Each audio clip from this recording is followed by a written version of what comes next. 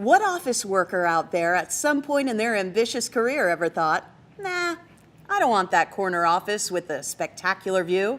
Said no one ever. Unless you're a vampire, most people who work in an office environment really appreciate that view to the outside, or at least having natural light spill into their space. What most of us don't know is that natural light has been proven to be important to our health. It makes us happier, healthier, and actually helps us sleep better. Okay, so let's say you have a potential customer building a new office building. Good news for that person.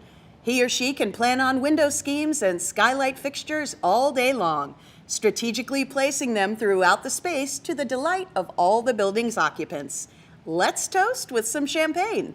Your older building owners, more often than not, will have to deal with the hand they're dealt in terms of location and number of windows they currently have. Wherever one falls on this spectrum, the struggle is going to be, how do we find the right balance of letting in beneficial rays of sun, you know, the ones that make us happy and put a skip in our step, versus the annoying glare and harmful UV radiation we could certainly live without? Well, being this is Madico U, I'm certain you see where this is headed.